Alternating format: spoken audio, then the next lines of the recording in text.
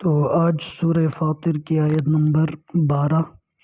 اور آیت نمبر 13 کے سوالات اور اس کا مطلب ہم سمجھیں گے۔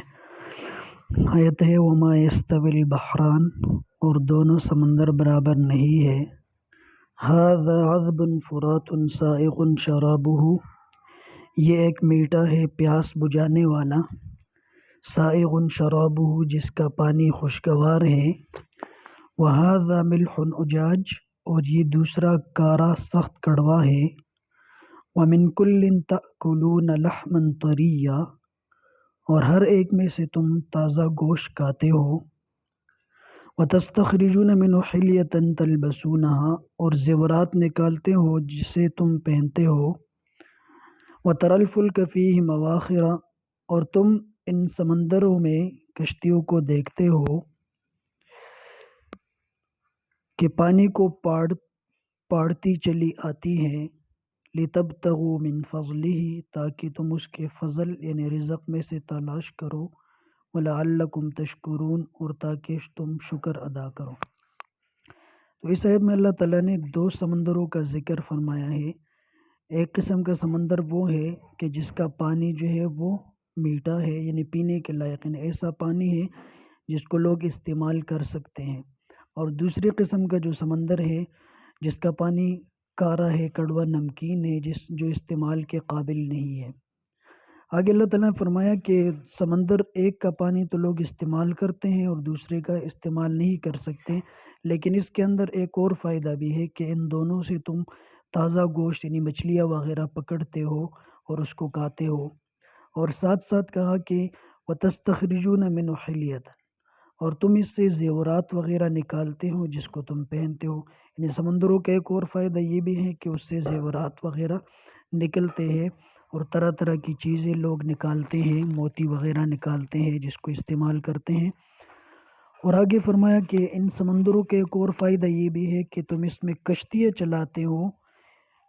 تاکہ تم اللہ تعالیٰ کا فضل یعنی رزق میں سے کچھ تلاش کر کہ کچھ لوگ جو ہے کشتیاں وغیرہ چلا کے مچھلیاں پکڑتے ہیں اور پھر اس کو اپنا روزگار بناتے ہیں اور مچھلیاں لا کے بازار وغیرہ میں بیچتے ہیں۔ تو اس طرح لوگ کشتیاں چلاتے ہیں اور ایک جگہ سے دوسری جگہ جاتے ہیں روزگار کے لیے اور کام وغیرہ کے لیے۔ لعلکم تشکرون، اور تاکہ تم اللہ تعالیٰ کا شکر ادا کرو، یہ نعمتیں استعمال کرنے کے بعد اللہ کا شکر ادا کرو۔ تو یہ پہلی آیت تھی۔ اس کے بعد دوسری آیت ہے یولج اللیل فی النہار ویولج النہار فی اللیل، آیت نمبر 13۔ اس کے اندر اللہ تعالیٰ نے اپنی ایک قدرت بیان فرمائی ہے، وہ یہ ہے کہ وہ رات کو دن میں داخل فرماتا ہے اور دن کو رات میں داخل فرماتا ہے، اور اس نے سورج اور چاند کو مسخر کر رکھا ہے، کل یجری لاجل مسمى، ہر ایک وقت مقررہ تک چل رہا ہے، ذالکم اللہ ربکم لہ الملک، یہی اللہ تمہارا رب ہے، اسی کے لیے بادشاہت ہے، والذین تدعون من دونہ لا یملکون من قطمیر،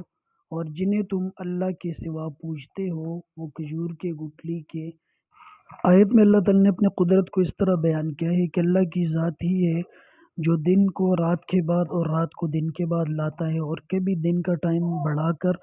اس کو رات میں داخل کرتا ہے، اور کبھی رات کا ٹائم جو ہے وہ بڑھا کر اس کو دن میں داخل کرتے ہیں۔ راتیں جو ہے کبھی لمبی ہو جاتی ہے اور کبھی چھوٹی ہو جاتی ہے، تو اللہ تعالیٰ کی قدرت ہے۔ اور دوسرا کہ اللہ تعالیٰ نے اس نظام کو